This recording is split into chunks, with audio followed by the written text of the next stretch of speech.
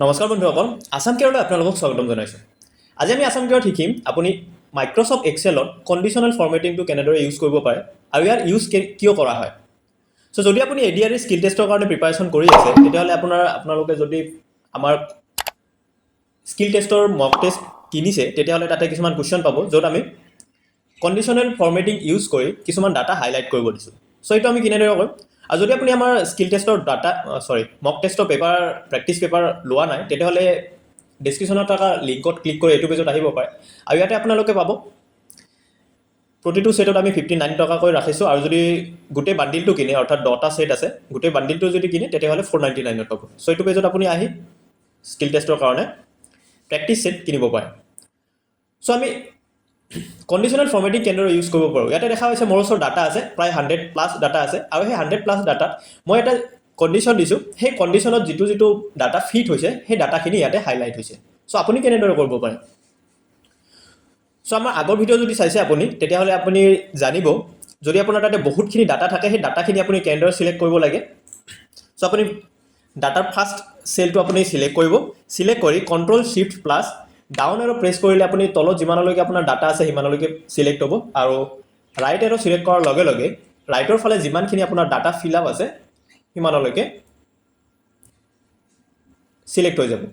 So ইয়াতে আমি আগতে কণ্ডিশ্যনেল ফৰ্মেটিং এটা দি থৈ দিছিলোঁ সো আগতে মই সেইটো ক্লিয়াৰ কৰি লওঁ সো ইয়াতে গৈ মই ক্লিয়াৰ ৰুলছত মাৰি clear rules from entire sheet মাৰি দিছোঁ সো ইয়াতে মই যি আগতে ৰুল দিয়া আছিল সেইখিনি ক্লিয়াৰ হৈ গ'ল এতিয়া আমি নতুনকৈ ৰুল দিম ইয়াতে সো ৰুলটো আমি কি দিম ইয়াতে যেতে মান্থলি ফি যাৰ 3000তকৈ বেছি বা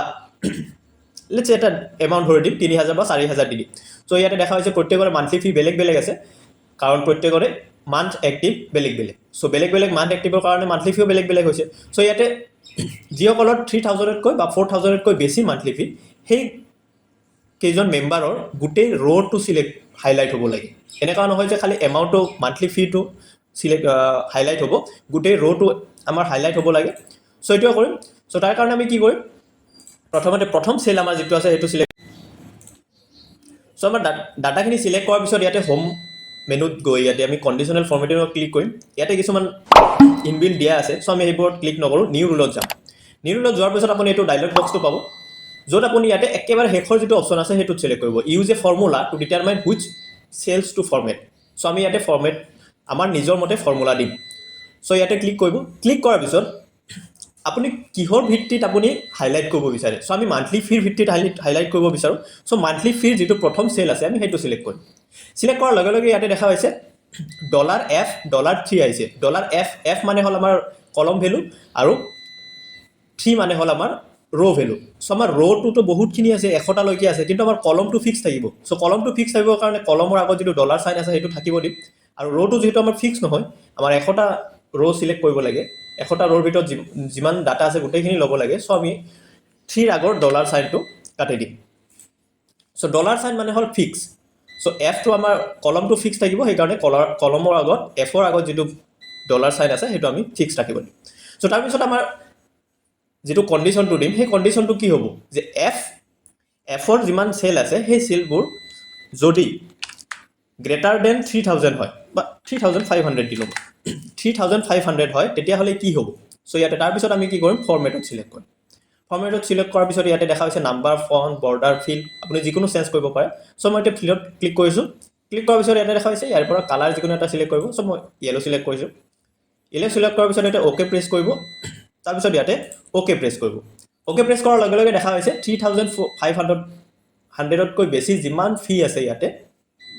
গোটেইখিনি হাইলাইট হৈ গৈছে এটাতো আমাৰ ৰুলৰ বাহিৰত এটাও যোৱা নাই সো ইয়াতে আপুনি আকৌ যদি বেলেগ আৰু এটা ৰুল দিব বিচাৰে যে লেছ দেন কিমান আছে সেইটোও যদি দিব বিচাৰে সেইটোও দিব পাৰে একেলগে সো Ctrl+Shift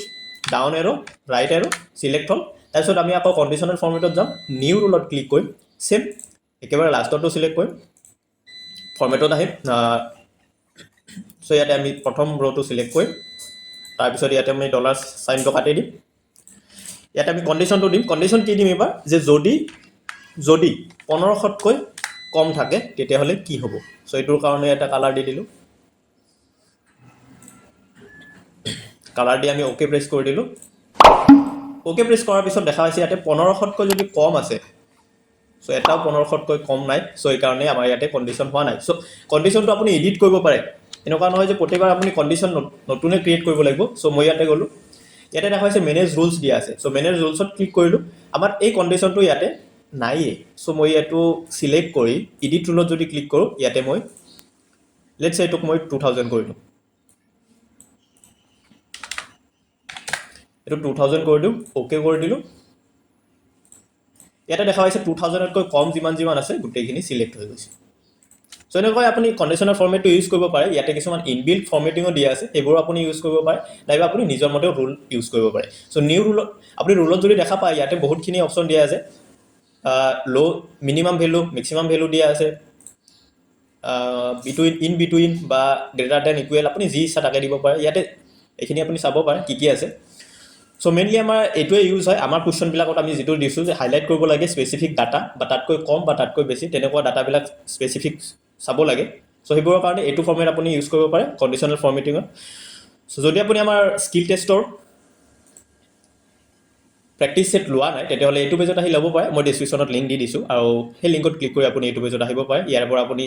যিকোনো এটা নিজৰ চইচ মতে ল'ব পাৰে। চ' ফ্ৰেণ্ডছ, থেংকছ ফৰ ৱাচিং।